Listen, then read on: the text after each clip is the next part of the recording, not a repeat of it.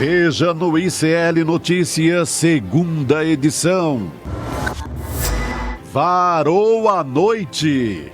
Em depoimento à Polícia Federal sobre a armação do golpe, Tenente Mauro Cid diz que era elo entre Bolsonaro e a cúpula do Exército. Barraco total. A acusação de incêndio criminoso e roubo de dinheiro no Vale Tudo pelo Poder no União Brasil. A mulher do presidente foi no meu apartamento também e roubou meu cofre. Tolerância zero, pero no mucho. Os enroscos do governador Romeu Zema com servidor acusado de cobrar propina. Ordem de silêncio. Lula veta comemorações dos 60 anos do golpe de 64. O ICL Notícias, segunda edição, está no ar.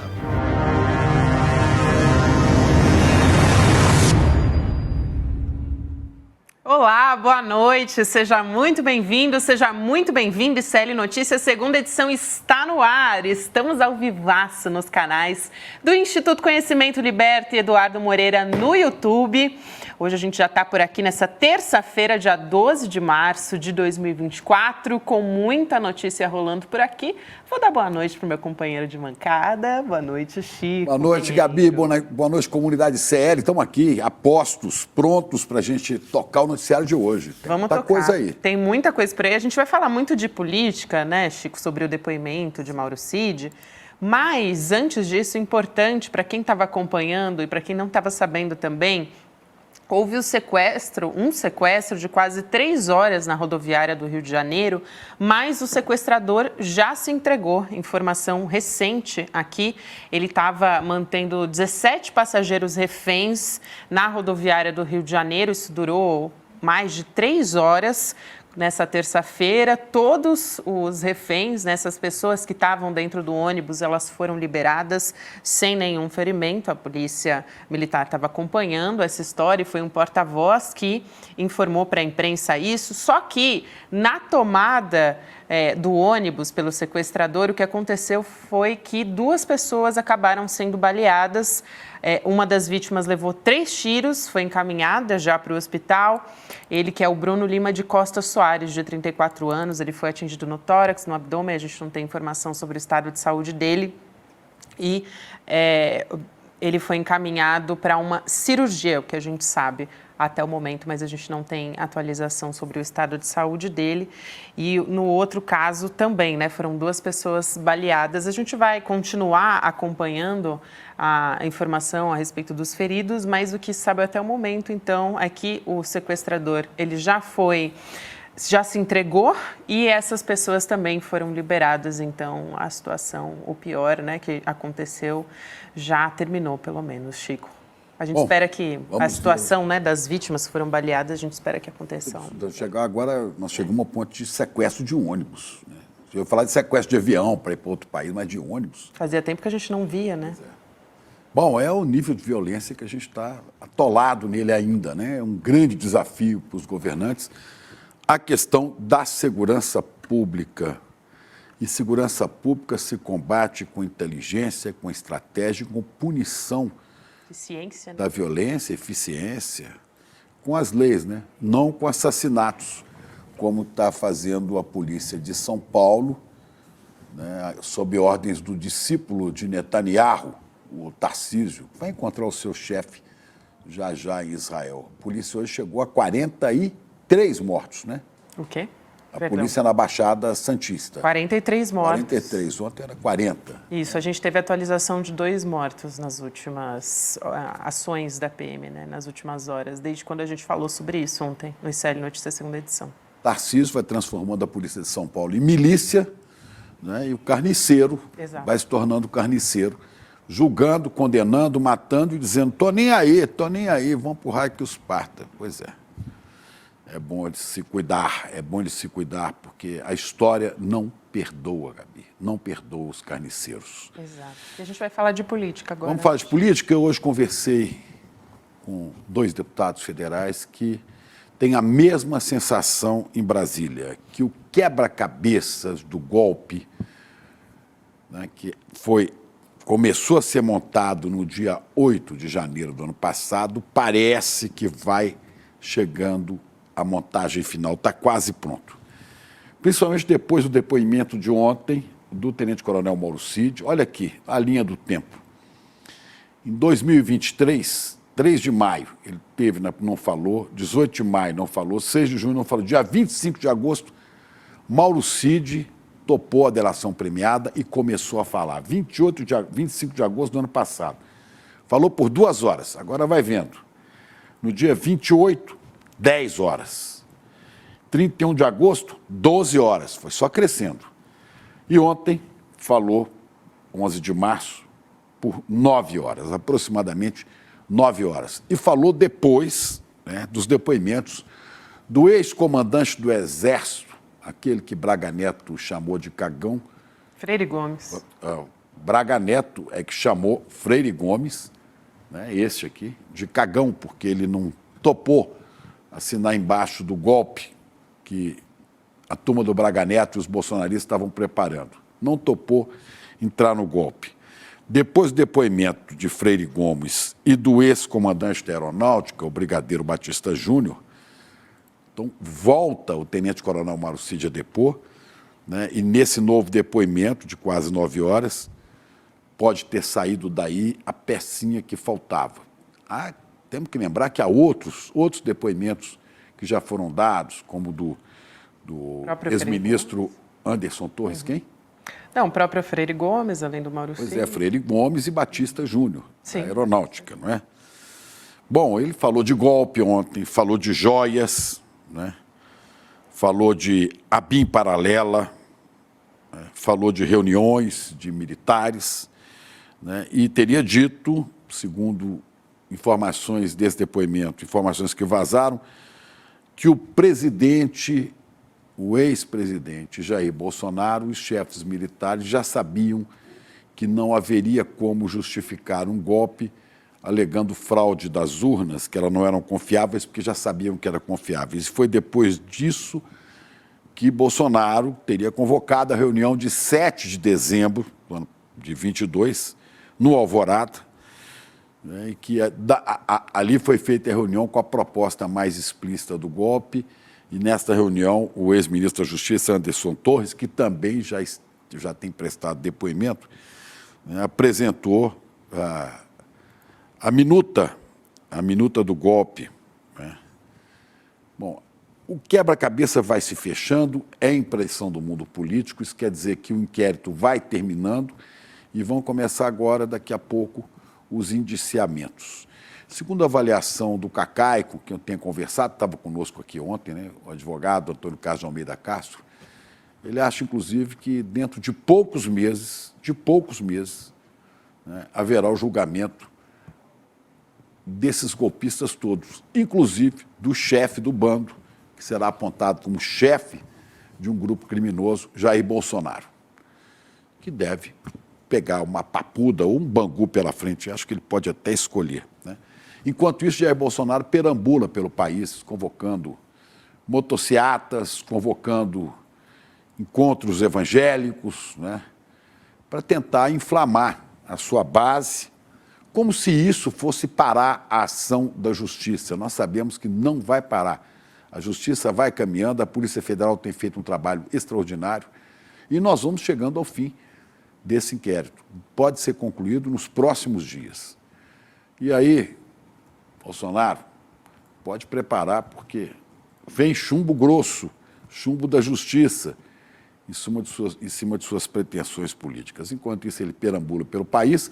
O filho Eduardo Bolsonaro vai para os Estados Unidos denunciar, né, a ditadura que existe no Brasil, tentou falar na Comissão de Direitos Humanos do Congresso, mas foi bloqueado, aí deu uma coletiva com outros bolsonaristas na porta, do lado de fora, uma coletiva à imprensa, onde ele fala de democracia e que não existe liberdade no Brasil. Olha, ele vai para lá, usando dinheiro público, ele e outros, né, e fala o que bem entende. Chega aqui, entra no país e fala por aqui também. o conceito de liberdade dele que é um pouco diferente do que a gente entende por liberdade. Então vamos ver como é que essas coisas vão evoluir nos próximos dias.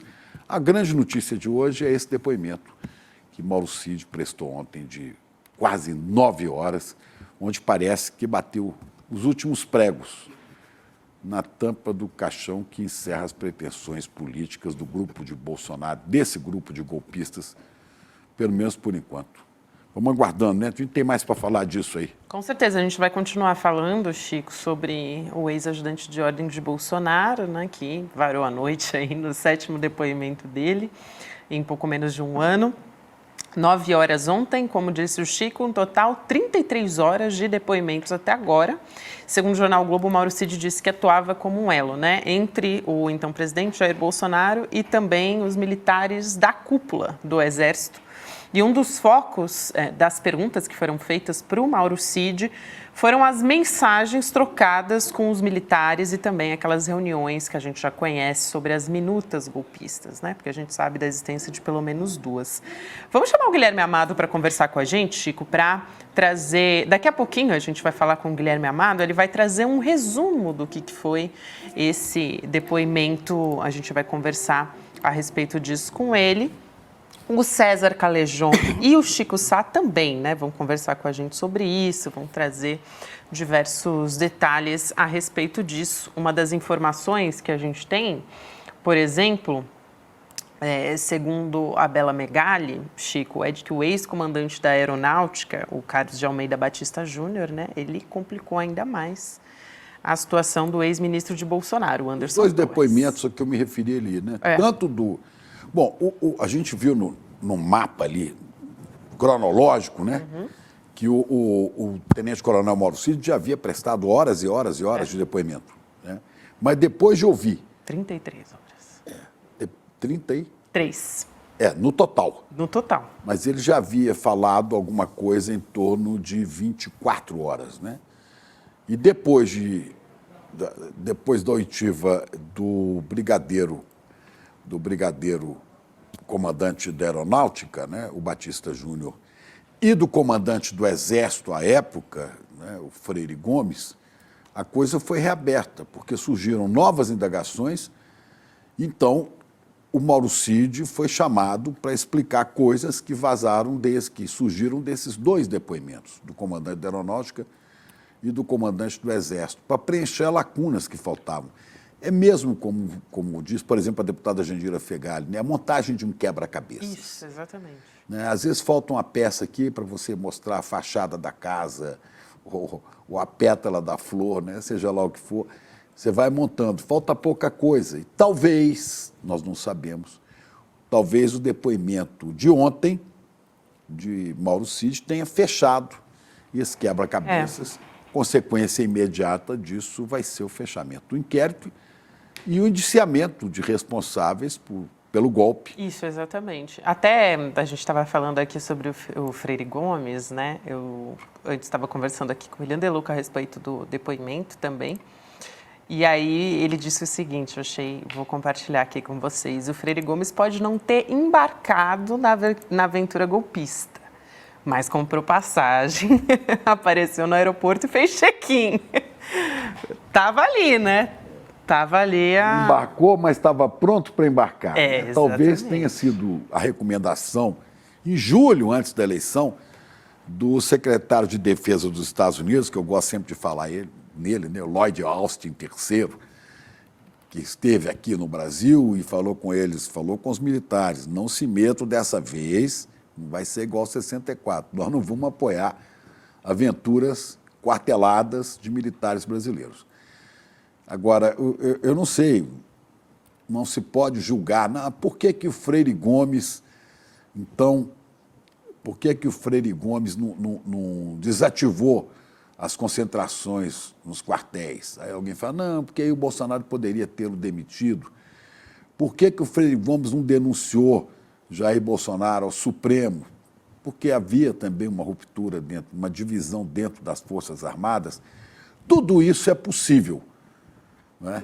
Mas mesmo que Freire Gomes, por uridos democráticos, vamos dizer assim, não tenha tomado essas atitudes, a gente tem que ressaltar o seguinte, o Freire Gomes não compareceu à transmissão de cargo do comando do Exército para o seu sucessor, né?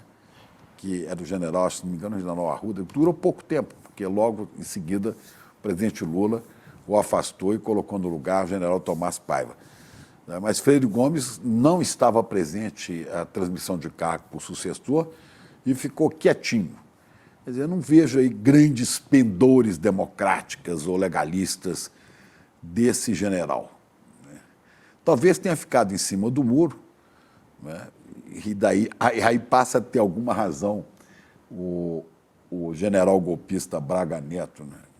Que o chamou de cagão.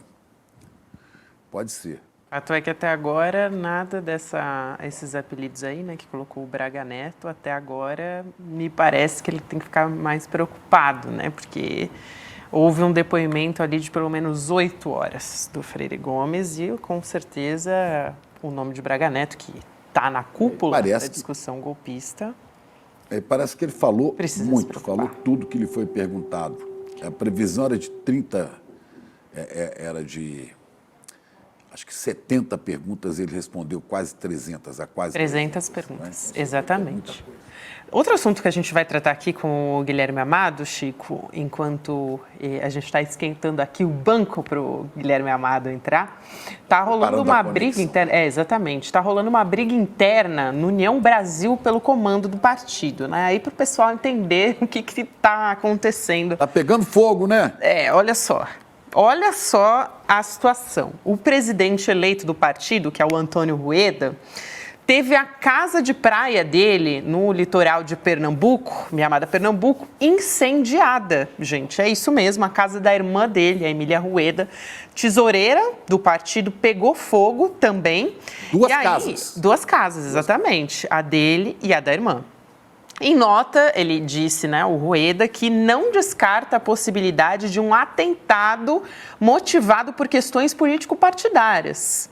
Olha as imagens aí da casa. Exatamente. São 2 casas que pegaram fogo, né? Não é combustão espontânea, não. O presidente do partido do União Brasil pegou fogo. São as imagens que a gente está vendo depois do incêndio, inclusive durante, né? Agora a gente está vendo durante. Presidente escolhido, porque o presidente ainda é... Eleito.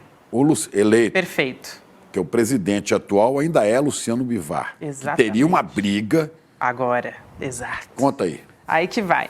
Mas ele disse que ele não descartou, isso que é interessante, né? Porque na nota ele já diz que foi motivado, ele não descarta que foi motivado por questões político-partidárias. Então ele deu um recado nessa nota que ele divulgou.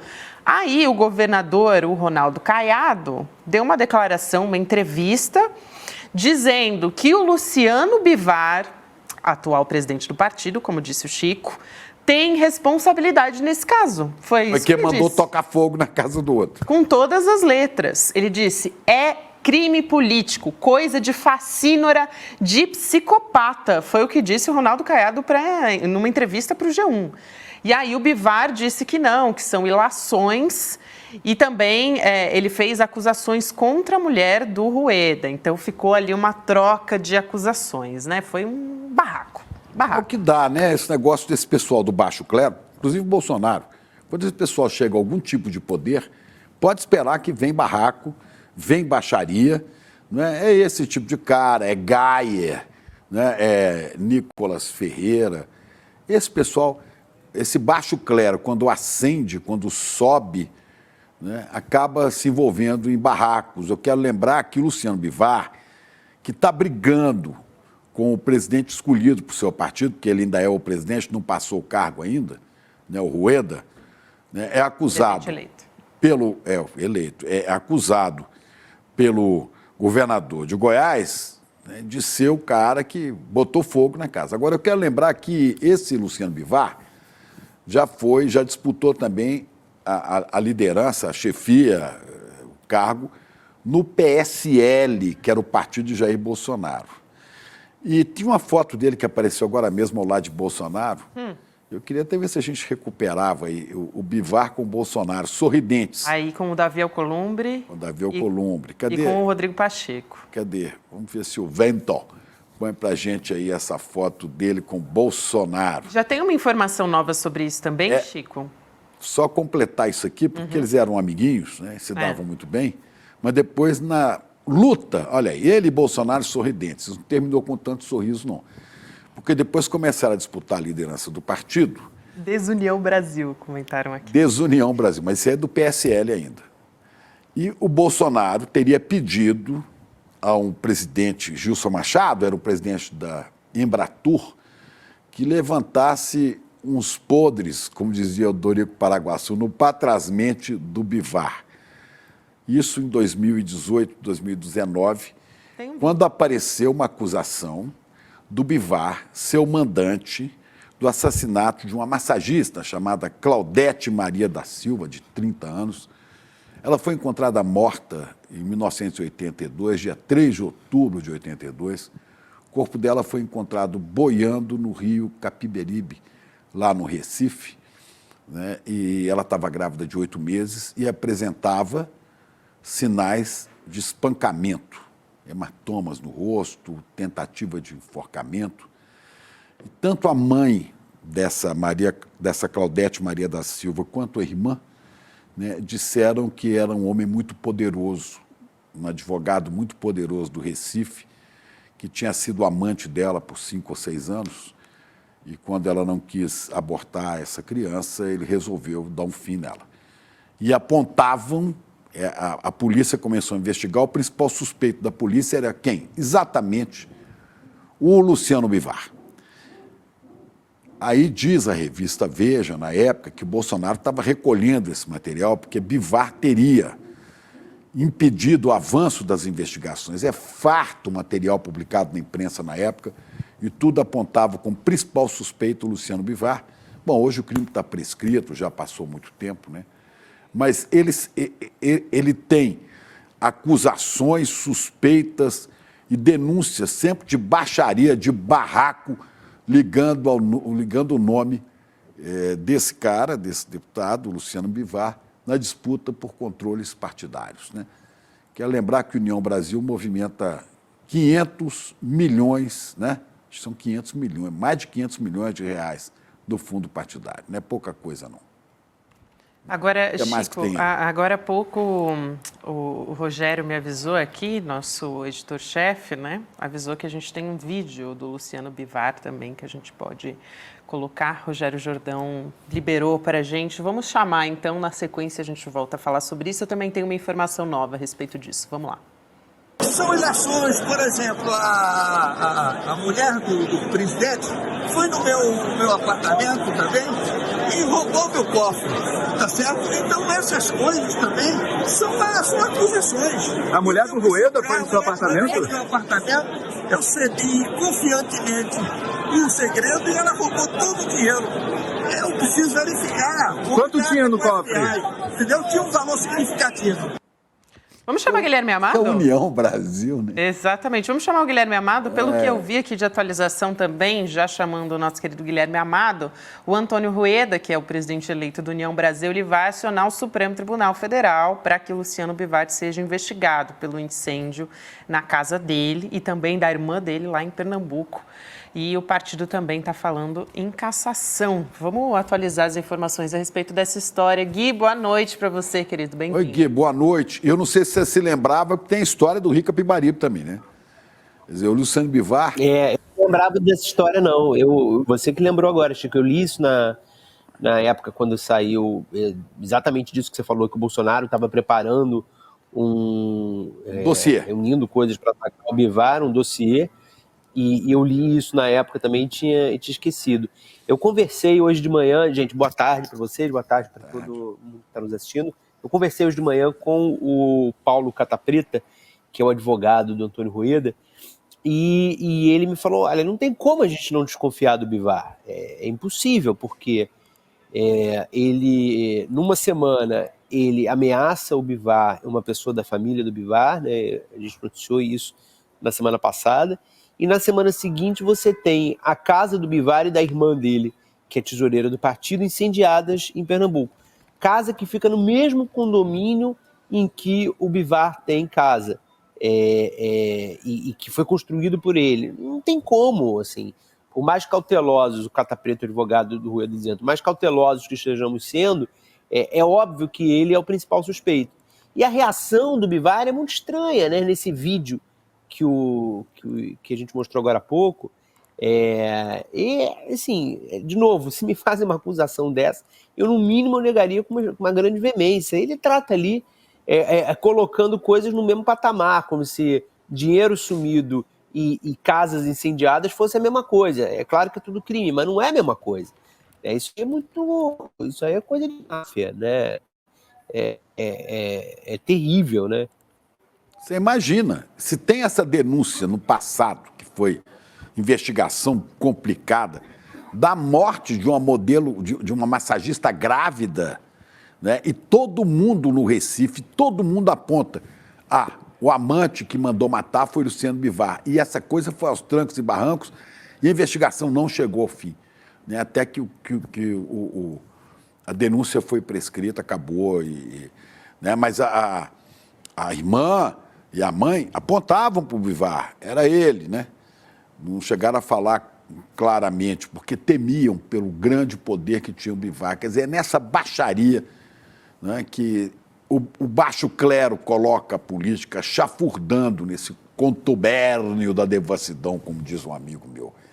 E agora o Bivar chega e diz que as casas que pegaram fogo eram casas que estavam abandonadas, que não tinha ninguém morando, que não estava valendo nada e que não tinham seguro, insinuando que o dono pode ter mandado botar fogo. Isso aí eu não consegui entender. Mas é isso, Guilherme. Ele falou textualmente, Chico, ele falou, tem que ver se não é golpe do seguro. Ele falou textualmente isso. Ele disse isso, tem que ver se não é golpe do seguro, dizendo isso, né? Insinuando que ele poderia ter incendiado de propósito para pegar o seguro. Enfim. Tem uma história também do Bivar, né, que ele admitiu sem querer, né, que está na coluna do Igor Gadelha, que ele não declarou à Justiça Eleitoral que ele estava guardando uma boa quantidade de dólares em espécie também, né? Quando ele estava rebatendo acusações do novo presidente do União Brasil, o Rueda, de que ele seria o responsável pelo incêndio. Daí ele justamente foi dar essa entrevista e aí ele admitiu, disse que ele emprestou, né? O Bivar, ele contra-atacou o Rueda, acusou a esposa dele de roubar um cofre que ficava no apartamento dele lá em Miami, né, numa entrevista que ele deu na sede do União Brasil, lá em Brasília. E aí ele disse ter emprestado o imóvel durante as eleições de 22 e que a esposa do Rueda teria pedido a combinação do cofre para guardar joias. Segundo informações aqui do Igor Gadelha, o Bivar, né, o cofre que guardava dólares, segundo o Bivar, guardava também libras esterlinas e outras moedas estrangeiras em espécie. E aí ele disse que esse dinheiro era poupança, mas ele não falou, assim, ele não quis revelar o valor exato que ele guardava e que supostamente teria sido roubado pela esposa do Antônio Rueda, que foi as acusações que ele fez. Então, no fim das contas... Um roubou aqui, o outro botou fogo ali, aí uma massagista é morta, grávida de 8 meses. E não estão, esses dólares e essas libras esterlinas que ele disse que existiam nesse cofre, não estavam na declaração de bens que foi apresentada ao TSE nas eleições de 22. Então, virou um enrosco. Baixaria é o que não falta, né, na política brasileira. E tem o Zema também, né? Tem uma história do Zema. E o que é? O Zema, vamos falar governador de Minas, aquela coisa que houve, inclusive, da coluna do Guilherme no Metrópolis, que envolve o governador de Minas Gerais.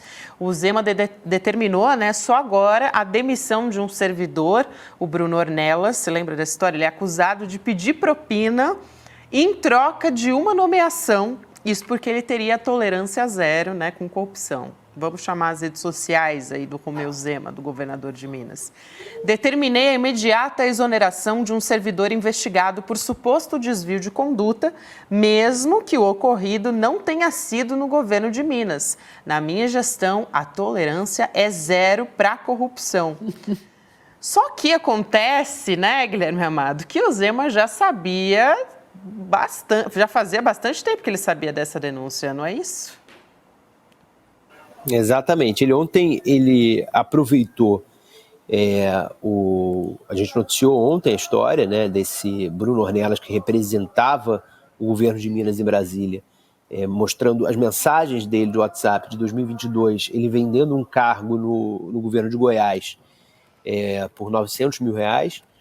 E o Romeu Zema aproveitou e anunciou a demissão dele e disse que ele era intolerante com corrupção, tinha tolerância zero com corrupção, e por isso ele estava agindo tão rapidamente.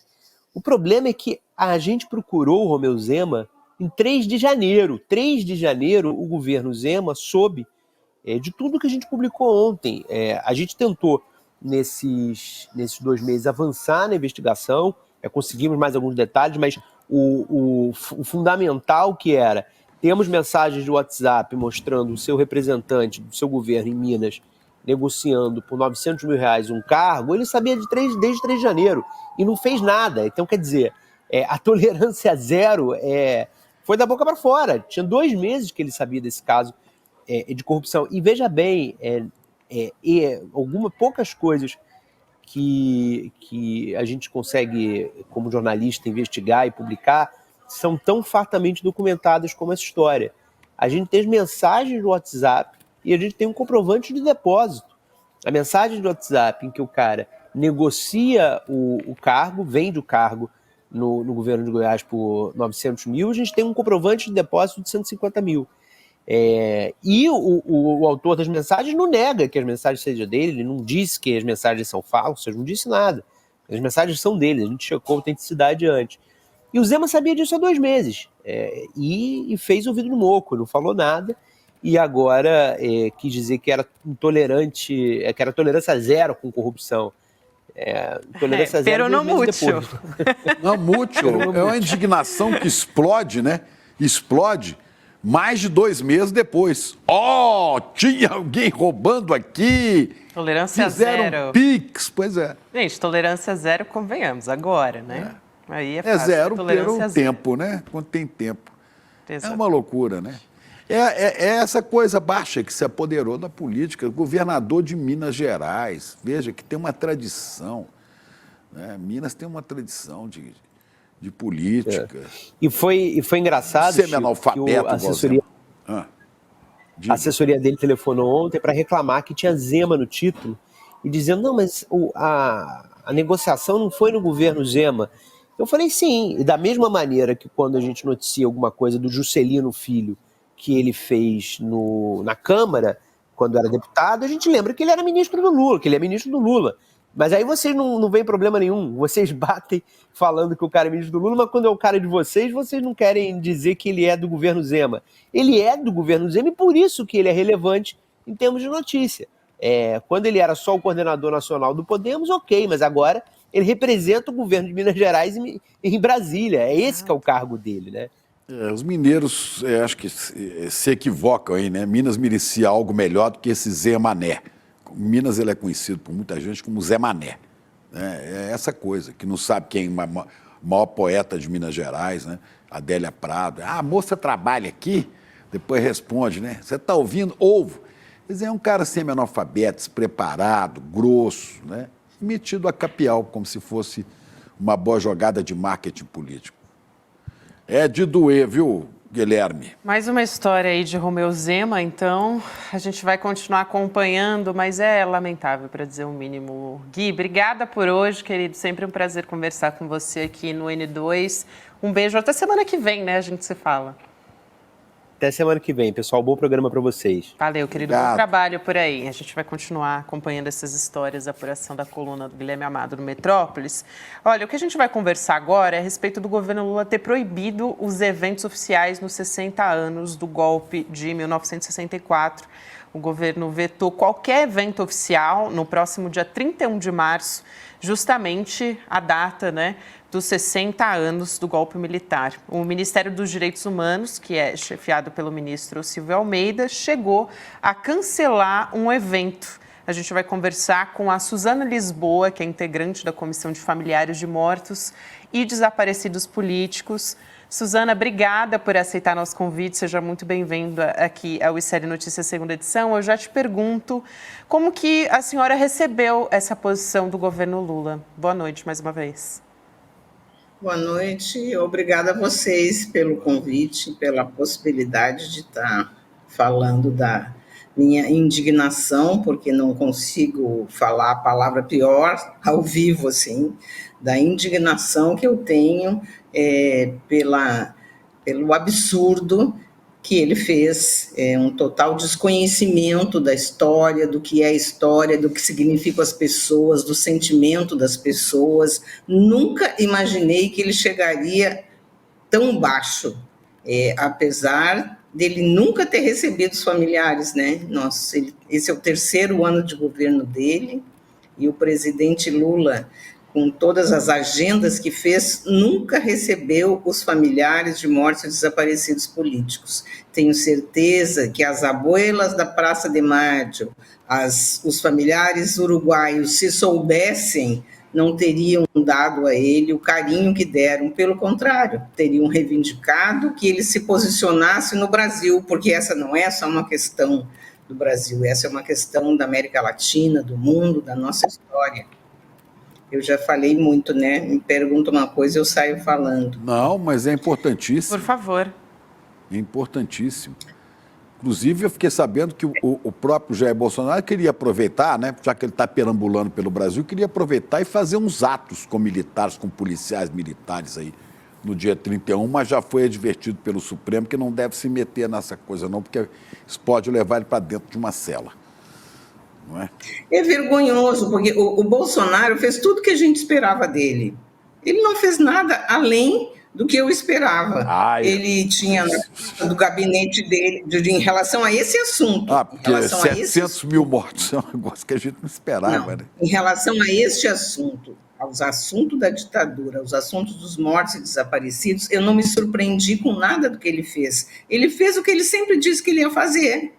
Ele tinha um cartaz na porta do gabinete dele de deputado dizendo que quem procura osso é cachorro, se referindo a nós. Então, o que eu quis dizer é que ele não fez nada que eu não esperava que ele fizesse. Agora, o Lula, nos 2 primeiros mandatos, já não fez o que eu esperava que ele fizesse. Eu esperava que ele abrisse os arquivos de uma forma muito ampla, que ele se envolvesse com esse assunto, que ele tirasse o ônus da prova das nossas costas, porque nós é que tínhamos que provar que a ditadura militar mentiu nas suas versões de suicídios, atropelamentos e tiroteios. Eu esperava que ele fizesse muito mais do que ele fez. E eu nunca esperei que ele fosse fazer o absurdo que ele fez agora, que é dar para trás na história.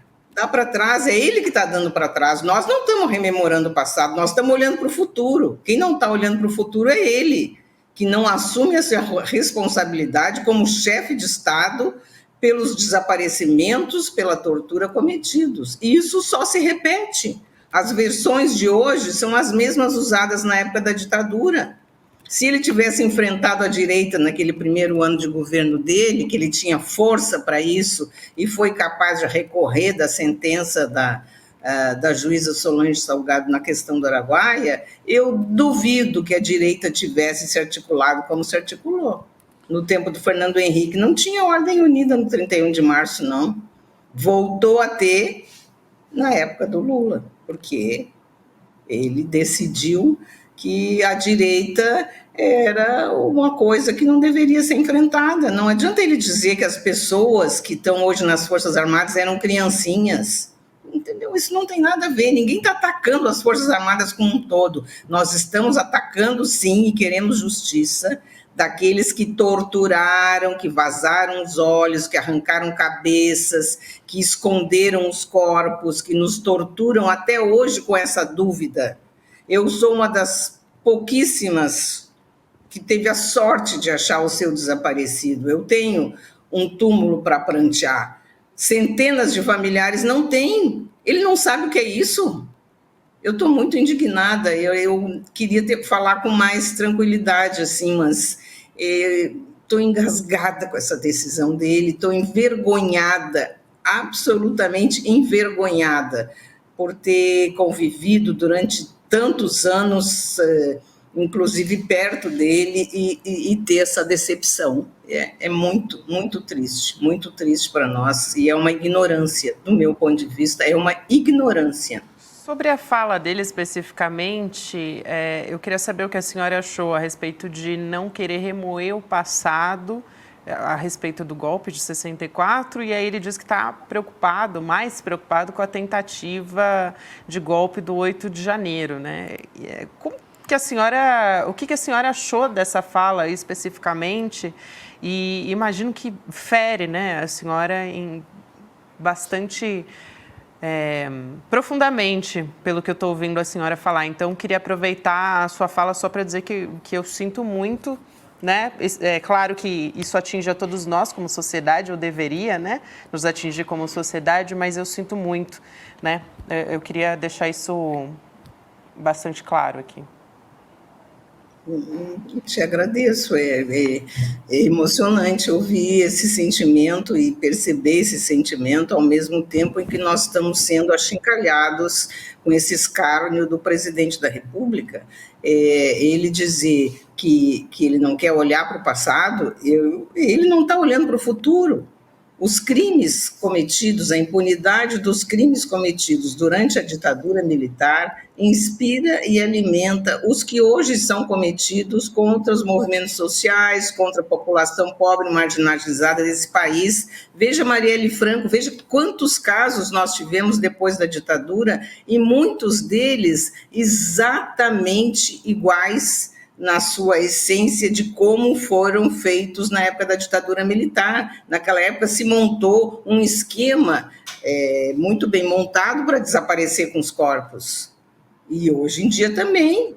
Hoje em dia isso acontece. Isso não é passado, isso é presente, isso é o Estado brasileiro que cometeu esses crimes. E isso não é uma história que diz respeito só ao presidente da República, diz respeito a toda a sociedade, diz respeito ao mundo.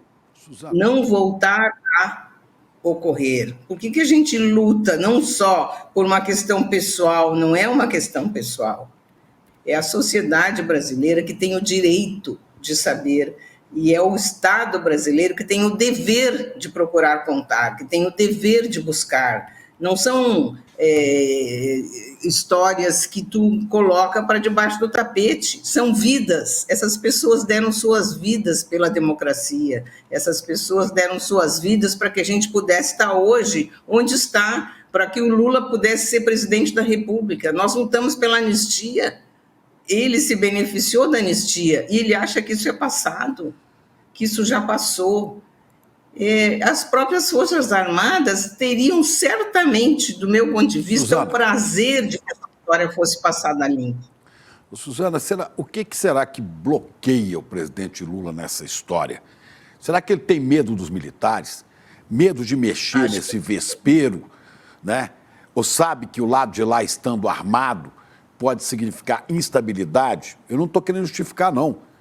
Mas eu me lembro quando a presidenta Dilma corajosamente enfrentou essa questão com a instalação da Comissão da Verdade, né? E isso pode ter sido um dos motivos que levaram à sua derrubada. Inclusive lembrando que um dos artífices de tudo isso aí foi o general Vilas Boas, né? Que era o comandante do Exército e tal. Será que é medo do Lula? É porque agora não dá para mexer nisso? Porque ainda há muita oposição a ele dentro das Forças Armadas? O que a senhora atribui isso? O que é medo, cuidado excessivo? O que é? Eu acho que é medo e é desconhecimento. Eu acho que ele não conhece essa história, que ele não procurou conhecer essa história, ele não sabe... Com as declarações dele, eu vejo que ele não sabe do que nós estamos falando. Eu não estou querendo acabar com as Forças Armadas, não estou acusando os garotinhos que nasceram, quando ele disse que nasceram, de ser torturadores. Agora, no outro governo dele, teve uma ocasião em que os cadetes que se formavam ali em Agulhas Negras escolheram para patrono o Médici. O que esses cadetes, o que essas pessoas estavam aprendendo durante o governo do Luiz Inácio Lula da Silva para escolher o Médici como patrono? Pois é. Não se tentou mudar isso. O que eles iam fazer se a pátria fosse ameaçada a cortar cabeças, que nem o Médici mandou cortar no Araguaia? Então, eu acho que o Lula não conhece essa história. E ele tem medo do desconhecido. Ele não procurou saber, ele não procurou se informar. Eu mandei para ele, quando ele estava preso, o nosso dossiê, que tem 3 quilos. Claro que ele não recebeu, ninguém ia dar aquilo para ele, que podia ser até uma arma, entendeu? Para dar uma pancada na cabeça. É um livro enorme. Ali está a nossa história. Ali está a história dos brasileiros que deram a sua vida, dos argentinos, dos uruguaios, dos chilenos, das pessoas que morreram aqui e das que morreram lá. Ele tinha obrigação de conhecer e de enaltecer essas pessoas. E aí a gente ficou vivo para contar essa história, evidentemente, pensando ter o apoio de o que o Lula foi fazer com as madres da Praça de Maio, o que ele disse para elas. Ele, emocionado, disse a elas que elas ensinavam a viver a democracia. E nós aqui somos o quê? Que diferença ele vê entre aquelas mulheres, aquelas mães, aquelas avós, aquelas irmãs e as irmãs, as mulheres, as avós brasileiras, avós e mães aqui nós já nem temos mais quase, né? Vivas. Elas morreram sem saber essa história. E ele faz questão de não querer contar. O Brasil foi condenado pela Corte Interamericana de Direitos Humanos. Eu fui 2 vezes acompanhar os familiares nas audiências da corte, na audiência de julgamento e depois na audiência de acompanhamento do cumprimento da sentença. Senti uma vergonha enorme. O Brasil era representado pelos militares. Não era a Secretaria de Direitos Humanos, o governo que estava lá, eram os militares que ousaram dizer à corte: se vocês quiserem condenar, façam uma sentença execuível, senão nós não vamos cumprir. E não cumpriram. Cumpriram e não vão cumprir. É uma coisa horrível. Eu fiquei 10 anos naquela comissão. Nunca imaginei que o Lula não iria avançar na questão daquela lei. Inicialmente, nós tecemos muitas críticas à lei, feita pelo Zé Gregório. Ele modificou algumas coisas da lei antes, né, depois de nos ouvir, antes de enviar ao Congresso Nacional, e aí ele acabou nos contemplando em muitas coisas que a gente reivindicou, mas a gente queria mais, né? A gente sempre queria mais. Eu, na época, era contra, eu achava que aquilo ia sepultar a nossa luta e acabei virando representante dos familiares, e ali fiquei por 10 anos. E saí quando eu vi que o Lula não ia fazer nada. Que ele não ia nem ao menos abrir os arquivos. Foi por isso que eu saí. Saí decepcionada, não saí da luta, até hoje estou na luta, né? Comecei essa luta, eu era uma menina, e hoje eu vou fazer 73 anos e tenho vergonha de viver num país que trata desse jeito a sua própria história. Tenho vergonha. Perfeita a sua fala, Suzana Lisboa. Eu quero muito agradecer a sua gentileza de vir aqui conversar com a gente e dizer que a gente se sente, inclusive, contemplada assim, pela sua fala. A Suzana Lisboa é integrante da Comissão de Familiares de Mortos Desaparecidos Políticos. Muito obrigada pela sua fala, foi importantíssima. Obrigado, boa noite. Obrigada a vocês pelo espaço, boa noite, um prazer enorme. Muito obrigada. Prazer boa noite. Eu tenho visto aqui, agora por acaso eu estava vendo o nosso chat, né? Sim. E muita gente dizendo o seguinte: por que não há manifestação popular em relação a isso? Quer dizer, tá bom, eu não estou passando pano para Lula, não, mas se o presidente Lula não se manifesta, claramente, sei lá por que motivos, opressões que tem, né? O que a gente vê também é a sociedade civil emudecida, que não protesta, que não se manifesta. E não só sobre o passado, porque o passado tem que ser alvo de protesto, sim. Né, pelo sangue derramado aí. Só que hoje, Gabi, continua acontecendo, não mais com presos políticos, mas hoje continua havendo matança pelas polícias, como a polícia de Tarcísio, né, matanças, torturas, que são denunciadas. Ele fala, tô nem aí, e dá risada. Mas a gente grita aqui quase que sozinho. São poucos, né, os veículos com independência para falar disso. Então, a gente tem vários outros presos e torturados, não por motivos políticos, mas pelo fato de serem pretos, de serem pobres, de serem periféricos, e há poucas vozes clamando por eles. Eu acho que nós vivemos esse momento triste, eu não consigo resumir isso, né, de uma apatia, tanto com relação ao passado como com relação ao presente. É isso. Não é? Quer dizer, o presidente jamais não pode impedir que a sociedade se manifeste com a veemência de Suzana no dia 31 de março, ou seja lá que dia for. O presidente não pode impedir. As pessoas podiam muito bem se manifestar, mas nós vivemos um momento de apatia, que os próprios movimentos que a gente já teve protestando com isso, como OAB, UNE, CNBB, sindicatos, SBPC, isso no tempo da ditadura, estão também silenciados, né? As encrencas que o presidente Lula está enfrentando, eu imagino quais sejam no meio militar, né? Não quero desculpá-lo por isso, não, mas que é verdade, que a situação, né, não foi, essa história não passou e não desceu aqui. É muita gente falando a respeito disso, a Margarete Andrade dizendo Chico Pinheiro tem razão aqui a respeito do protesto, Mariane Ludolf dizendo eu tenho vergonha dessa história do Brasil, muita gente comentando sobre como também sente muito pela Suzana Lisboa, né? Sentiu a solidariedade, enfim, a nossa solidariedade também, minha solidariedade, a Suzana Lisboa, disse aqui o Reginaldo Rabelo, por exemplo, a Andréia Guimarães também falando sobre manifestação popular, e aí também muita gente dizendo aqui a respeito do quanto foi equivocada, ou então fazendo aqui, né, eu realmente, assim, me toca muito a gente não poder, e acho que tem que vir, inclusive, né, dos progressistas também, da esquerda, dos progressistas, essa crítica a Lula, porque é importante. Muito estranhos. A gente não pode reescrever a história, a gente não pode esquecer a história também. A gente deve se lembrar que mesmo durante a ditadura argentina, e logo depois que ela terminou, as Madres de Maio,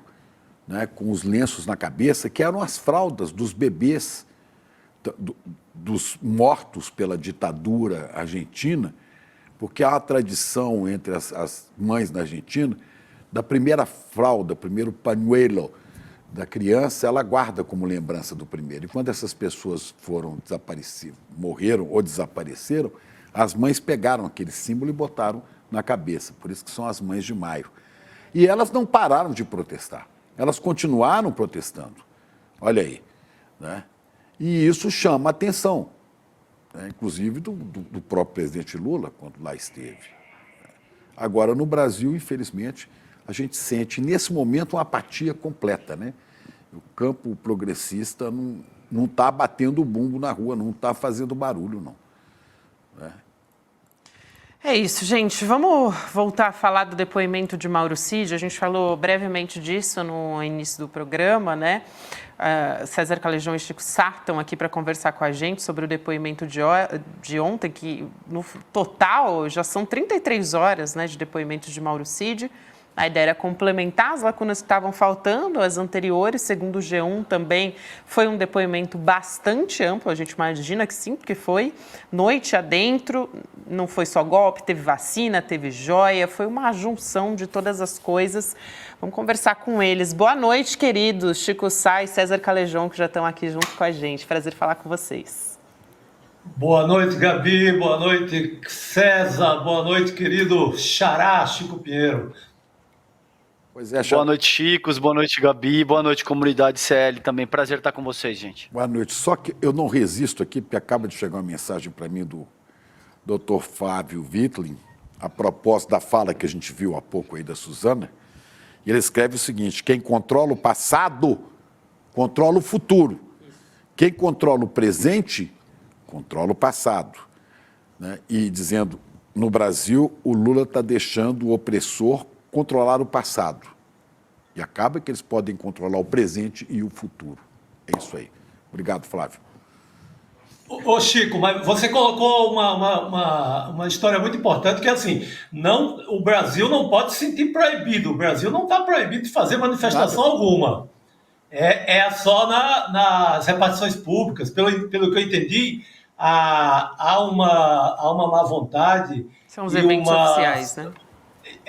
Dentro dos eventos. Então, o Brasil inteiro está livre para não deixar morrer essa memória, para protestar, ter a sociedade civil.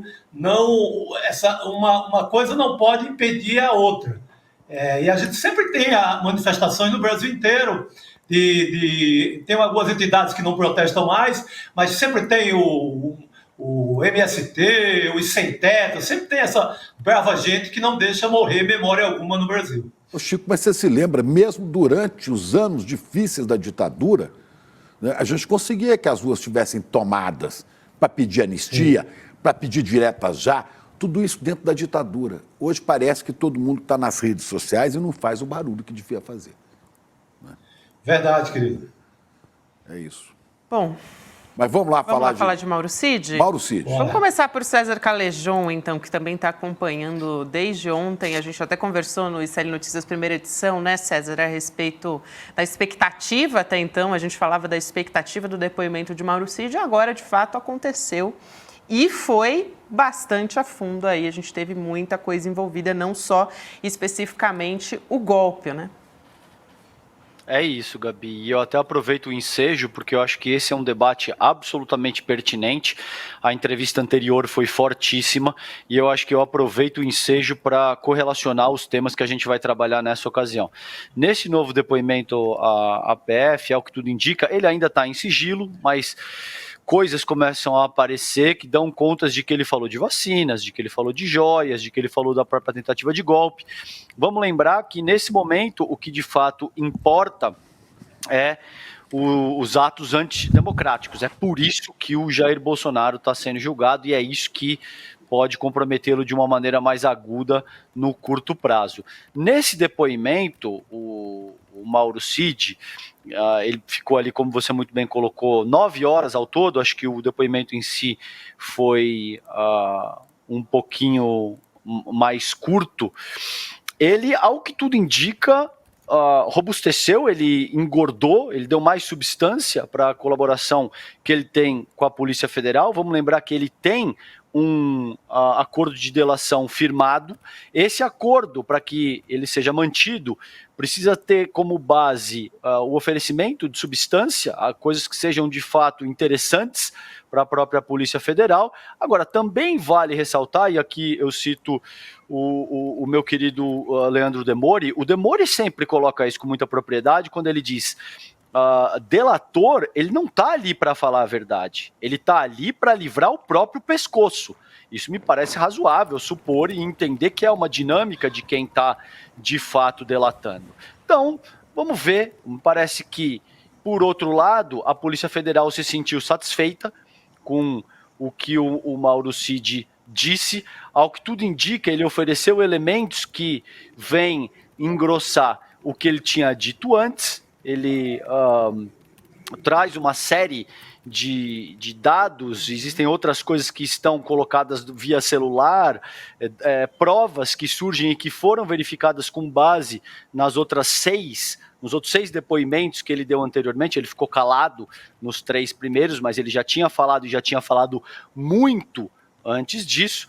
Agora é esperar para ver o que de fato acontece, se isso caminha para o encerramento desse inquérito e se, com base nisso tudo, se oferece provocar, portanto, o Ministério Público Federal, e a partir desse ponto será oferecida uma denúncia, um indiciamento contra o Jair Bolsonaro. Para encerrar minha fala, por que eu acho que é importante o ensejo da entrevista anterior e o que a gente está vendo aqui? Indiciar, julgar e condenar o Jair Bolsonaro é, de longe, a meu ver, o ato mais importante desde a redemocratização do país, no sentido de traçar essa linha para punir não só o que foi feito no passado, mas o que foi feito ao longo dos últimos 4 anos, principalmente no sentido de tentar subverter o nosso funcionamento republicano. Daí a importância que o que a gente está vivenciando nesse momento traz para o debate público. Porque pela primeira vez também a gente tem generais sendo arrolados em processos absolutamente sérios. Sim. A gente tem o general Heleno, a gente tem Braga Neto, a gente tem todos esses generais que até então, na história brasileira, isso era absolutamente inédito. E a gente tem o ex-capitão Jair Bolsonaro, que agora, ao que tudo indica, deve ter que responder pelos crimes que de fato cometeu. Essa é a importância do que disse o Cid hoje. A gente não sabe com certeza o que foi dito, porque tudo isso ainda está em sigilo, mas aparentemente ele corroborou o que ele já tinha dito antes, e isso deve complicar a posição do Jair Bolsonaro um pouquinho mais. Você disse sobre os militares, César, inclusive ex-comandante da Aeronáutica também, envolvendo até Anderson Torres no plano de golpe, né, Chico Sá? A gente teve, de acordo com a Bela Megali, a apuração dela, o Carlos de Almeida Batista Júnior, né, ex-comandante da Aeronáutica, como eu disse, complicando mais, na verdade, porque já está bastante complicada a situação do ex-ministro de Bolsonaro, o Anderson Torres, nessa investigação sobre o golpe. Ele disse em depoimento à Polícia Federal, o brigadeiro, né, o Batista Júnior, que o Anderson Torres seria quem dava embasamento jurídico para que o Bolsonaro decretasse um estado de defesa ou de sítio, né? É ele quem fazia esse papel. Foi isso, né, Chico Sá? Queria te ouvir também sobre o depoimento de Mauro Cid, mas queria trazer mais essa informação da Bela Megali aqui, porque é um componente importante, né? Parece que o cerco se fechando cada vez mais no entorno de todos esses golpistas, né? Ou pelo menos acusados de golpe. Importantíssimo, Gabi, né? Cada detalhe desse, eu acho que a Polícia Federal, não é, César? Acho que ela está construindo, amarrando ali ponto a ponto, sem deixar nada obscuro. O que talvez o Cid não tenha dito assim, Bolsonaro, seu golpista, não tenha, digamos, esculhambado com o ex-chefe dele, etc., mas está fornecendo data, quem estava na reunião, que horas, quem reuniu, quem levou a minuta, quem leu determinado documento. Isso se junta à história do Anderson Torres, que deu embasamento não só por o que sabe, mas também buscou, digamos assim, juristas queridos, juristas do entorno lá do bolsonarismo, como o Ives Gandra da Silva Martins, que é um nome sempre citado quando se fala nessa minuta. Havia um plantão ali de advogados renomados também da extrema-direita, de prontidão para dar lastro a essa vontade, a esse desejo, a esse plano bolsonarista. Não era só o saber jurídico do Anderson Torres, havia um conjunto de pensadores, né, dessa tentativa de golpe. E eu creio que a Polícia Federal, quando a gente fica sabendo, né, mesmo que seja em off, que está satisfeita com o que tem ouvido do Cid, é porque ele está trazendo o ponto a ponto, o roteiro, quem reuniu tal dia, quem era testemunha, quem não estava. Isso não carece nem o tenente-coronel sair de uma maneira, digamos, mais contundente, culpando o Bolsonaro. Basta dizer a reunião, os dias, o que foi falado, o que foi tratado, que documentos foram discutidos. É isso que a PF quer.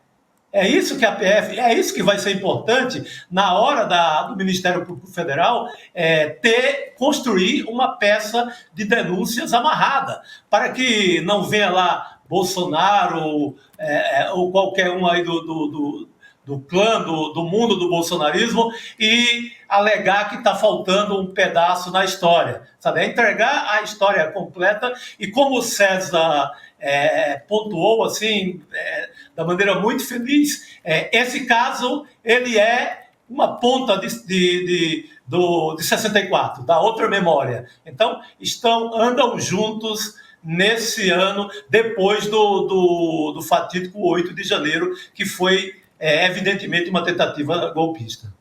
Você lembrou, a propósito, você lembrou aí, Chico, o jurista Ives Gandara Martins, que se aferrava àquele artigo 142 para dizer que, né, que é possível dar golpe com ele, que as Forças Armadas são poder moderador, né? E também, lembrando que a Polícia Federal apreendeu, fez busca e apreensão na casa do padre José Eduardo de Oliveira e Silva, um padre católico aqui de Osasco, que também trabalhava dando suporte jurídico para essa minuta de golpe. Esse padre disse que não entregaria a senha de seu celular para a Polícia Federal, porque ali há muitas confissões de fiéis que depositaram sua confiança nele. Olha, cara, é golpista e tentou dar embasamento jurídico junto com esses outros todos metidos. A gente não pode esquecer, sabe, dessas pessoas. Não passarão. E agora eu queria ouvir também até o Calejão falar sobre isso. A gente viu há pouco esse desabafo da Suzana, né? E pela primeira vez a gente tem generais que podem ser presos, coronéis que podem ser presos, almirantes que podem ser presos, né? Mas a gente só tem isso agora, você sabe por quê? Não é porque a opinião pública cresceu, não, porque eles estão em guerra entre eles. Porque um está chamando o outro de cagão, porque o outro não aderiu, como é o caso do Batista Júnior, e Braga Neto incentivou a tumultuar, a infernizar a vida do brigadeiro, né? Nesse caso, a gente torce pela briga, né? A gente torce pela briga, porque é por causa dessa briga que tem militar que vai se ferrar. E é preciso que se ferrem e que se aferrem ao seu dever constitucional. Vão cuidar da Constituição, da porta do quartel, para dentro, para fora, a vida é civil e é da política. Desculpa aí, Calejão. É um fato. Imagina, é um fato, ó, muito bem pontuado, Chico, é um fato que existe essa disputa fratricida, vamos colocar assim, e que isso de muitas maneiras oferece uma chance para que essas pessoas, portanto, sejam punidas de uma forma inédita na nossa organização societária. Agora, o que eu acho importante salientar aqui também, gente? Pouquíssimas vezes, acredito eu, na história do nosso direito nacional, um caso foi tão robustamente construído como esse contra o Jair Bolsonaro. O Jair Bolsonaro e os principais artífices do bolsonarismo, antes até de assumirem o poder, já diziam que bastava um cabo e um soldado com um jipe para fechar o STF. No dia 7 de setembro de 2021, o Bolsonaro disse que não mais acataria as resoluções da nossa Corte Constitucional, que é a última instância do nosso essas imagens, do nosso ordenamento jurídico. Ele, por vezes, múltiplas vezes, ele confessou, ele disse que daria um golpe de Estado. Mas tá bom, aí a palavra dele não basta. Agora acharam uma minuta. A minuta tem duas versões. A minuta estava na mão do Anderson Torres, do Valdemar da Costa Neto e de outros notórios bolsonaristas. Mas a minuta, é um documento inócuo, não serve para nada. Então tá bom, não basta a minuta, agora tem um delator que ofereceu uma versão. Agora tem outro delator que é o Freire Gomes, agora tem outro delator que é o Batista Júnior. Nada disso basta, aí o cara foi filmado confessando o golpe. Ele foi filmado dizendo que nós temos que agir antes do pleito presidencial, porque depois nada disso serve. Você tem general Heleno dizendo que o Lula não vai subir a rampa. Você tem Braga Neto confraternizando com golpistas, dizendo que vocês esperem porque algo grande vai acontecer. Ora, francamente, gente, se nada disso basta, é difícil pensar num caso que seja mais robusto em termos de provas, de evidências, de indícios e de materialidade jurídica contra o que pesa contra o Jair Bolsonaro nesse momento. Tá tudo aí. Não depende mais do Mauro Cid. É desejável que o Mauro Cid faça o que ele fez hoje, segundo consta essas informações, e ofereça substância para corroborar o que está proposto? Sim, mas nem de longe esse inquérito depende mais do Mauro Cid. Já existe, a meu ver, prova na seara jurídica de fato aí para seguir adiante. O que está em jogo aqui, para encerrar, Gabi, é a dimensão política. E aí vamos ver, porque se isso terminar em pizza, todo o nosso ordenamento jurídico vai para o ralo, a imagem de todos os ministros do STF vai para o ralo junto com as suas respectivas biografias. É importante que eles saibam disso. Importantíssima essa sua fala, César. Chico, obrigada por hoje, queridos. Um beijo para vocês. Só uma informação importante, que tem mais uma delação chegando, né? Sim. O Marcelo Câmara, assessor do coronel, assessor do Bolsonaro, a defesa dele já comunicou oficialmente. Boa. A não ser que a PF rejeite, mas há uma vontade do cliente confirmada e comunicada à PF. Exatamente. Então informação do Igor Gadelha, delação, né, Chico Sá? Isso. Exatamente, é mais uma delação que se soma aí nesse mais conjunto. Um coronel, viu, gente? Mais um militar. Mais um coronel, ou seja, tá difícil escapar, É isso. Obrigada pelo complemento, Chico Sá. Só reforçando, né? O coronel Marcelo Câmara, ex-assessor, né? Era chefe da segurança de Bolsonaro, ou seja, mais um ponto, mais uma peça fundamental nessa história. Obrigada, César Calejon, Chico Sá, um beijo para vocês, queridos. A gente se vê em breve. Até amanhã, Brasil. A gente continua por aqui e vamos falar de um outro assunto bastante importante que tem movimentado muito, inclusive, Chico, o nosso chat tem falado muito sobre isso, cobrando, a gente vai falar sobre isso, falar da Petrobras, da decisão da empresa de não pagar dividendos extraordinários para os acionistas no valor de 55 bilhões de reais, uma decisão que desagradou a mídia, né, que reagiu com bastante fúria a essa perda de receita bilionária, e o governo diz, segundo o governo, é mais importante priorizar os investimentos do que distribuir lucros. Eles chegaram a pedir, inclusive, a saída do presidente da Petrobras do cargo, mas até onde a gente sabe, o governo bateu o pé e disse que não vai acontecer. Vamos chamar o Leandro Demori para conversar com a gente. Nossa, olha só, parece que ele está diretamente do estúdio do Em Detalhes, mas não é não, tá, gente? Ele não está aqui na redação, não. Boa noite, querido. Boa noite, Demori. Boa noite, pessoal, tudo bem? Não é na redação, mas é no estúdio de rádio igualmente. Muito bom. Diga lá, conta pra gente essa história, essa crise, né, na verdade, e por que desagradou tanto a mídia, né, pra gente tentar entender o que está em jogo aqui nessa história.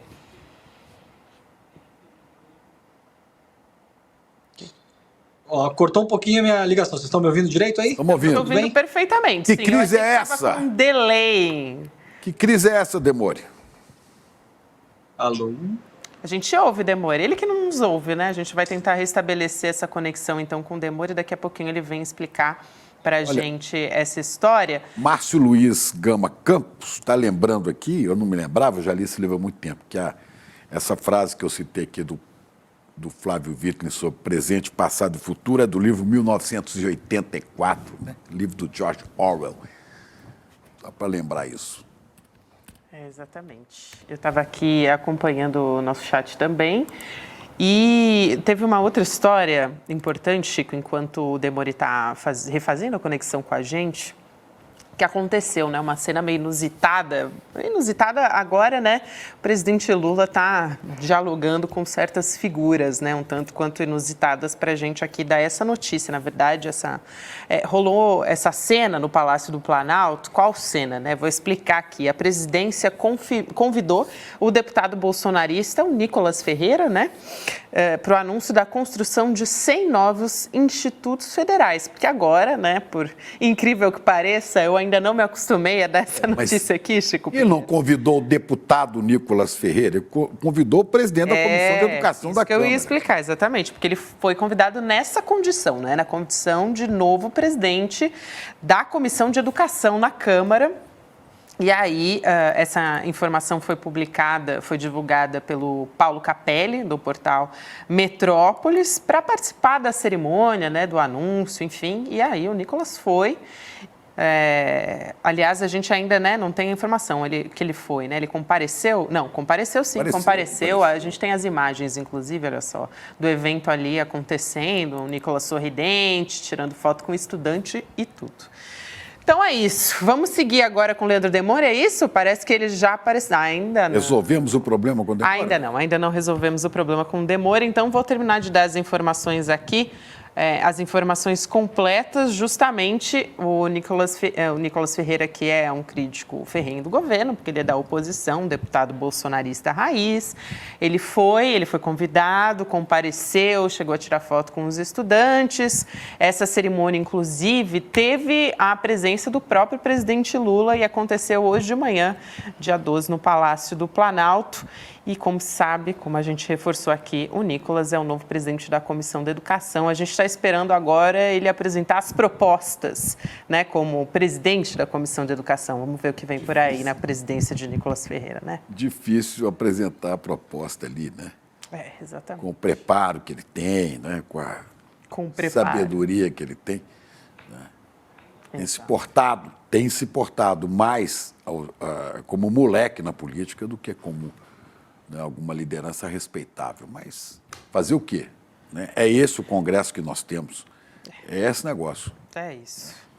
Agora, a gente tem essa notícia da Petrobras, que daqui a pouco o Leandro Demore vai vir explicar aqui para a gente, mas basicamente a Petrobras está sendo cobrada pelos acionistas, né, a distribuir mais lucros, enquanto o governo está querendo aumentar os investimentos.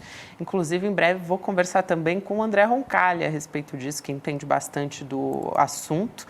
E é sempre bom lembrar, né, de que houve o anúncio do segundo maior lucro da história, falando a respeito desse assunto, né, Chico? O terceiro maior pagamento anual de dividendos também da Petrobras, que gerou toda essa situação. Houve bons resultados financeiros, né, histórica, remuneração para investidores, para acionistas minoritários, e da estatal foram eles que ficaram insatisfeitos, né, e querem mais. Eles estão pressionando por mais.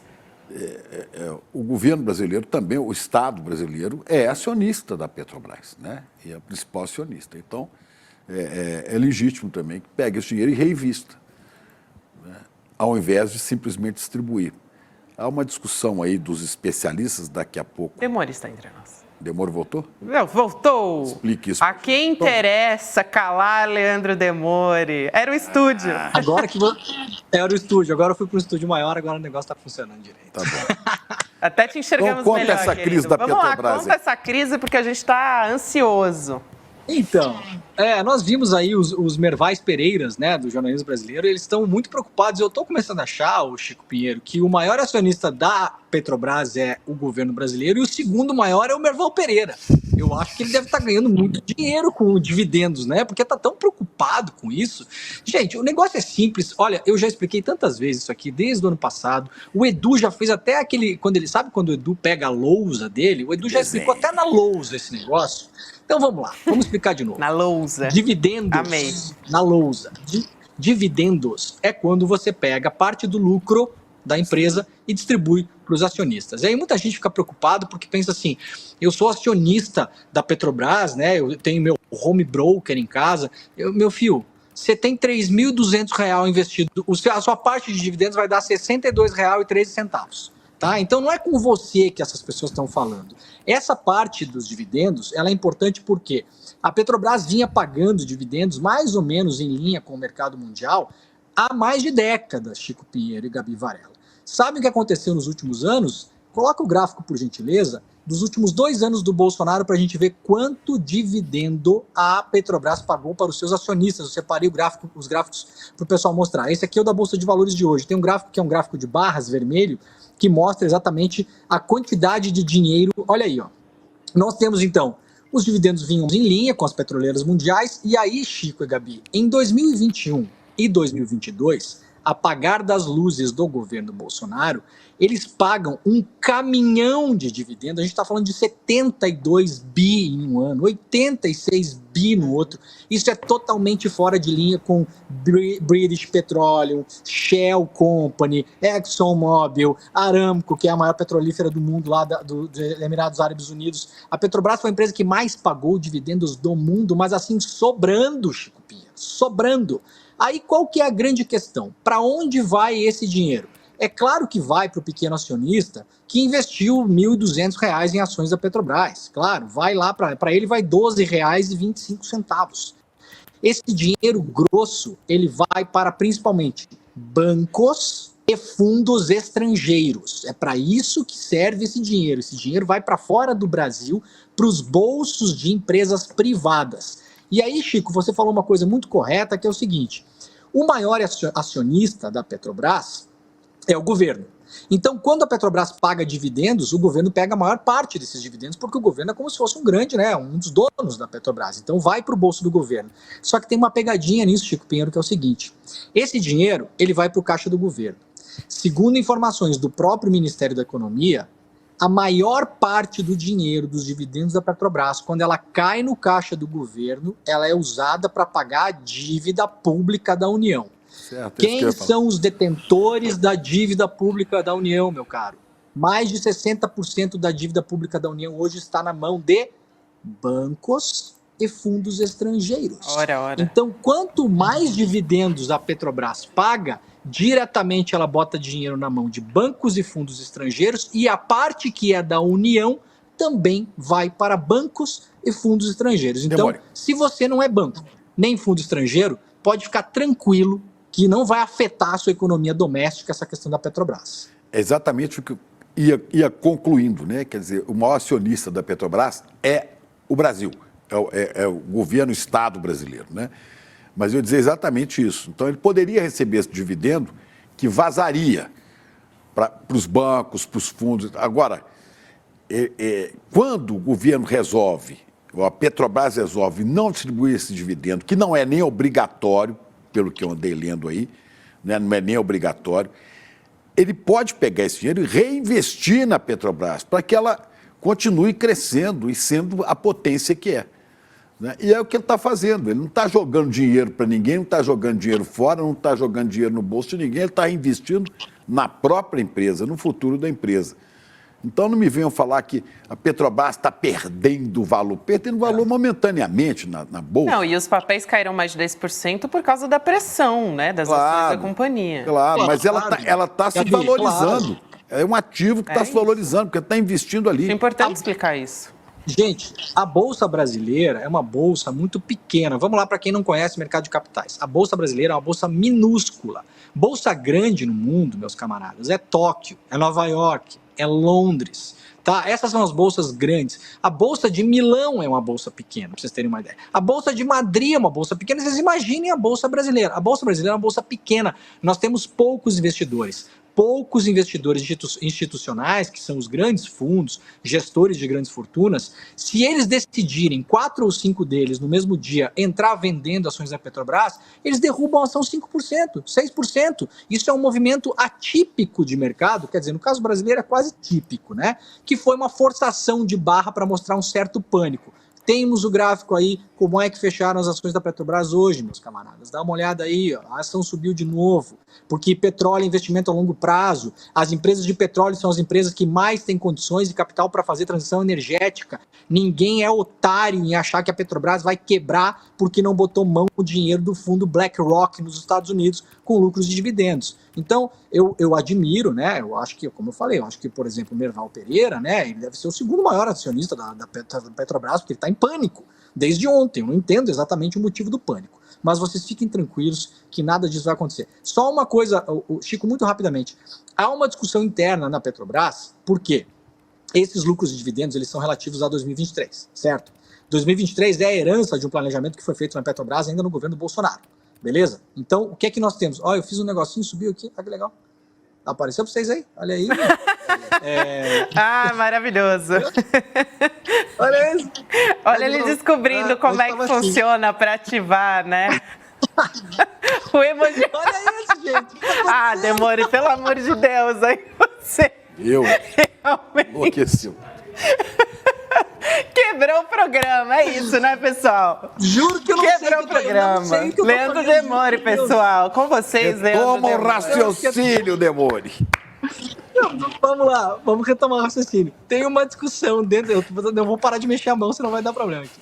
Tem uma discussão dentro da Petrobras que esse dinheiro Gabi, para de rir, pelo amor de Deus. A Gabi. Pediram para você, porque falaram no meu ponto aqui, eu vou expor aqui. Conta. Que Falaram, pede para ele fazer coraçãozinho, para sair o coraçãozinho, eu ainda não vou dar risada. Olha só.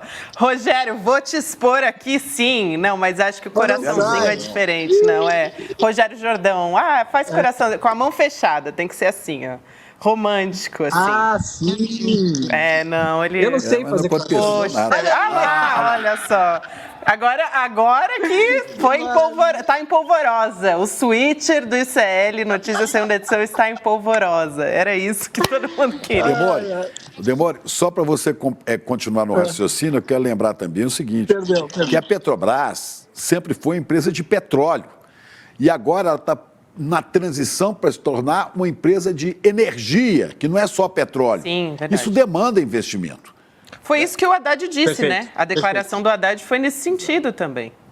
Mas continue. Isso. Só que tem uma discussão, perdão, desculpa, tá, gente, virou várzea o programa, mas a culpa é toda minha, o Chico e a Gabi não tem nada a ver com isso. Tem uma grande discussão interna na Petrobras que esse dinheiro talvez só possa ser usado para pagar dividendos.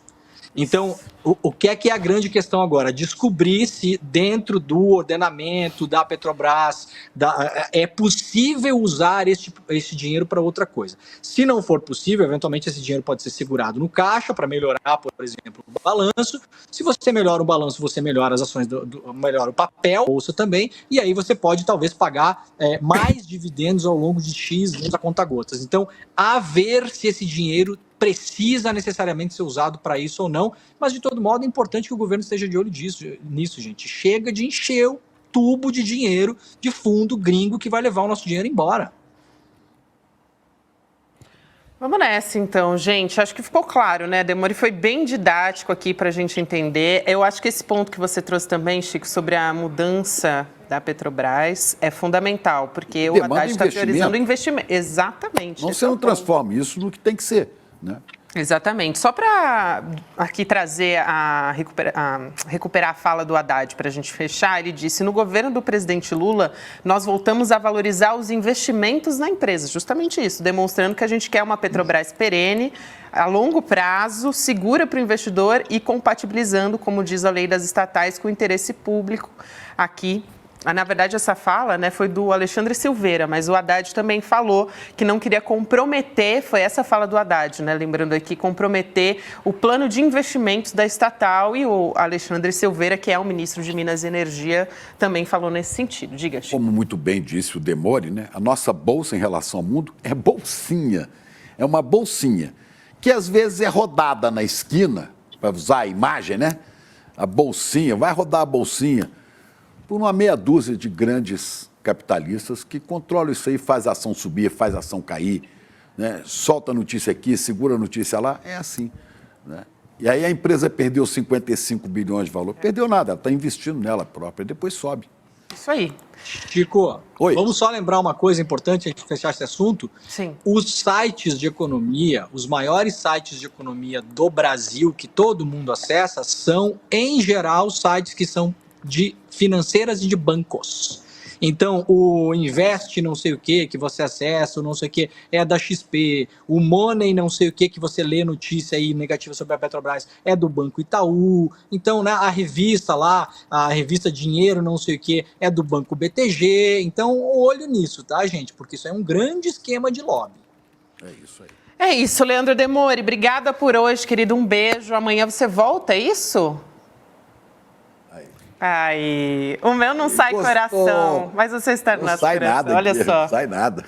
Aqui já tem gente dizendo que se o programa não for assim, eu nem assisto mais, tá? Aqui no nosso chat. Causou uma comoção aqui. Gabi, obrigado. Amanhã de manhã eu estou no Desperta ICL às 7 horas da manhã e quinta-feira no N1 às 8 horas da manhã. É isso aí, então. Recado dado. Um beijo, querido. Obrigada por hoje. Pra gente, até semana que vem. Mas todo mundo veste o Demore a partir das 7. Até amanhã. Vamos fechando, então, depois dessa... O sequestro tem ainda? Temos informação a respeito disso, Chico. Atualizando aqui, né? Sequestro de um ônibus que ia do Rio de Janeiro para Minas Gerais, foi sequestrado na rodoviária Novo Rio, no Rio de Janeiro. Foram 2 pessoas feridas. 3. Não, perdão, isso mesmo. Mas só que, na verdade, a gente tinha falado 17 passageiros. Só para atualizar, né, essa história, o sequestrador manteve 16 passageiros de um ônibus reféns durante mais de 3 horas, como a gente noticiou. Foi lá na rodoviária do Rio, como disse o Chico. Ele se entregou no início da noite e aí, antes de se render, ele atirou e feriu gravemente um homem de 34 anos que está no hospital. Marcos Andrade, que é o porta-voz da PM, disse que todos os reféns foram liberados e atendidos, todos eles pelo Corpo de Bombeiros.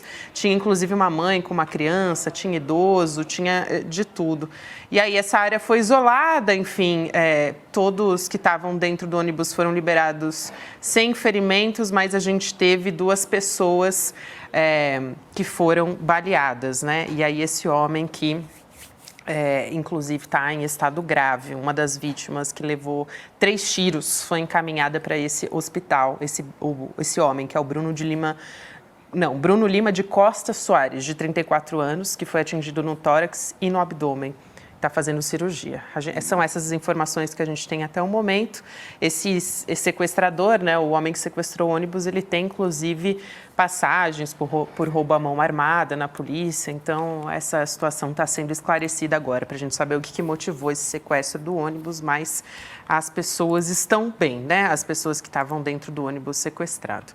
É isso, gente. Vamos nessa, então. A gente tem também um recado final aqui para você sobre a nossa série Máquina de Moer Reputações, que está mexendo, inclusive, com todo mundo, né? A nossa série. A gente está falando muito aqui no ICL já há bastante tempo sobre como a extrema-direita atua, como ela organiza sistematicamente, se organiza, melhor dizendo, para derrubar a credibilidade de símbolos dos direitos humanos, opositores, manipular a narrativa a seu favor. E aí, a gente, inclusive, virou alvo na semana passada, né, por conta da Maria da Penha, que tem sido muito atacada pela extrema-direita. Inclusive, ela foi a primeira personagem dessa série, o primeiro episódio da série, para todo mundo participar dessa conversa com a gente, entender como é que a máquina funciona. A gente vai exibir a primeira parte do episódio sobre a Maria da Penha logo depois do N2. Então, quem continuar aqui, né, já pode permanecer para assistir essa parte do episódio sobre a Maria da Penha. Tem uma boa notícia também para quem já é membro do ICL. A segunda parte do episódio está no ar na plataforma, então para você assistir a segunda parte, você pode se tornar assinante, fazendo a assinatura do ICL. Você já pode assistir as duas, né? A primeira e a segunda parte da Maria da Penha e também os próximos episódios que vem por aí, porque são outros personagens também, né, Chico? Vamos assistir o trailer para a gente ver do que se trata? Vamos nessa. Prepare-se para uma série que expõe as maquinações da extrema-direita, disposta a destruir reputações para alcançar seus objetivos. O primeiro episódio da mais nova série documental do ICL, Máquina de Moer Reputações, vai falar sobre a história da maior ativista do direito das mulheres do Brasil, Maria da Penha, a mulher que virou lei. Maria da Penha lutou incansavelmente por quase 20 anos para que seu ex-marido fosse preso e pagasse pelas agressões físicas que a deixaram numa cadeira de rodas e psicológicas que a marcaram por toda a vida. Anos depois de sua condenação, o agressor está livre e sendo promovido como uma vítima por aqueles conservadores da extrema-direita. Vamos defender a dignidade e a verdade das vítimas dessa máquina de moer reputações. Acesse agora mesmo icl.com.br e assista à produção exclusiva Máquina de Moer Reputações. Muito bem, na voz de Robertinha Garcia, então, você descobriu mais detalhes do que se trata a nossa nova websérie exclusiva. Então, você faz a assinatura do ICL, além de assistir essa série na íntegra, que os episódios estão sendo divulgados, você vai ter acesso também aos nossos conteúdos exclusivos. São mais de 250. Então, você acessa icln2.com.br para assistir a nossa produção original, o Máquina de Moer Reputações. Repetindo, então, icln2.com.br. Continua com a gente, que a partir de agora você assiste a primeira parte do episódio sobre a Maria da Penha. Muito boa noite, Chico Pinheiro. Boa noite para você. Boa noite, eu aqui de cara, de frente com o Gabi. De frente com o Chico Pinheiro, eu. Até amanhã, estaremos aqui firmes e fortes. A partir das 7 horas da manhã tem Leandro Demore com Desperta. Tchau, até amanhã. O objetivo é limpar a cena do crime para a macharada. E o trabalho deles era assassinar reputações.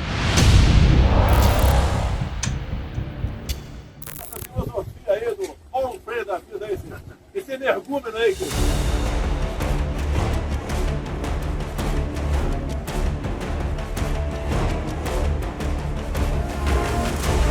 A família Bolsonaro tinha todo um esquema montado para atacar opositores virtualmente. Mas se a gente for lembrar, foi exatamente essa estrutura de questionamento que colocou em xeque as eleições de 2022. E deu no que deu. Para quem ainda não entendeu, isto é uma guerra de narrativas. E nos campos de batalha, as máquinas de moer reputações estão sempre à espreita.